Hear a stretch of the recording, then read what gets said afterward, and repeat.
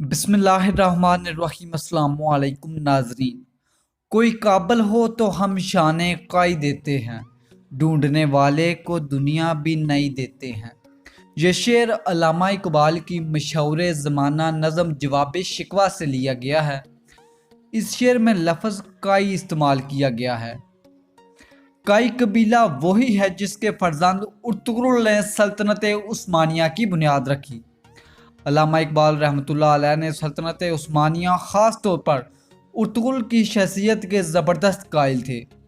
آپ رحمۃ اللہ علیہ نے اپنے اشعار میں جس شاہین کا ذکر کیا ہے وہ کوئی پرندہ نہیں بلکہ ارطغرل غازی ہے۔ نہیں ہے تیرا نشیمن کسر سلطانی کے گنبد پر، تو شاہین ہے بسیرا کر پہاڑوں کی چٹانوں پر۔ قائی قبیلہ دراصل اوغوز خان کے 12 بیٹوں میں سے ایک کے نام پر ہے۔ پھر اس قبیلے میں نسل در نسل سلمان شاہ کے گھر ارطغرل کی پیدائش ہوئی۔ ارطغرل غازی نے اپنی زندگی میں بہت سی بستیاں، قلعے اور شہر فتح کیے۔ اس کے بعد ارطغرل غازی کے بیٹے عثمان غازی نے سلطنت عثمانیہ کو 3 بڑے اعظموں میں پھیلایا۔ سلطنت عثمانیہ نے 650 سال تک حکومت کی۔ یہ اسلامی دور کی سب سے طاقتور سلطنت سمجھی جاتی ہے۔ یہ مسلمانوں کا سنہری دور تھا۔ اسلام تیزی سے پھیل رہا تھا۔ اللہ کے بندے اللہ اور اس کے رسول کا پیغام پوری دنیا میں پھیلا رہے تھے۔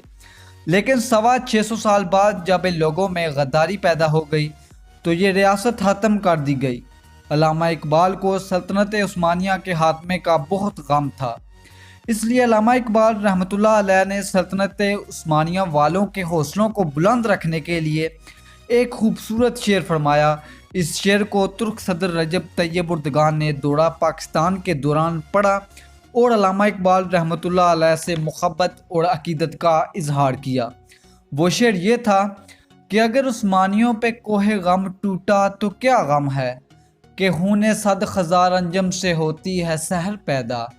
علامہ اقبال رحمۃ اللہ علیہ ارطغرل غازی کو مسلمان نوجوانوں کے لیے آئیڈیل کے طور پر پیش کیا۔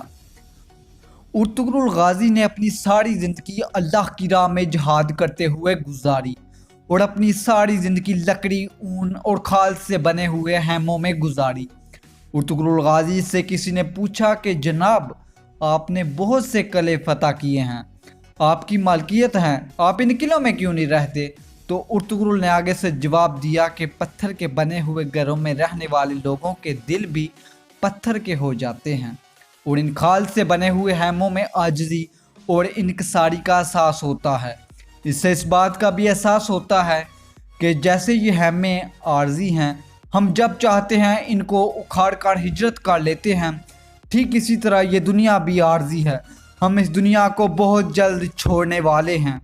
ارطغرل غازی دراصل ایک ایسا نظام عدل بنانا چاہتے تھے جو اسلام کے تقاضوں کو پورا کرے اور ہر ایک کو انصاف مہیا کیا جائے۔ ویڈیو کے آخر میں آپ سے گزارش ہے کہ ہمارے چینل کو سبسکرائب کر دیں تاکہ ہم اپنے چینل کو مزید بہتر طریقہ سے کنٹینیو رکھ سکیں، اور نیچے کمنٹ سیکشن میں اپنی قیمتی آراء سے ہمیں ضرور آگاہ کریں۔ جزاک اللہ۔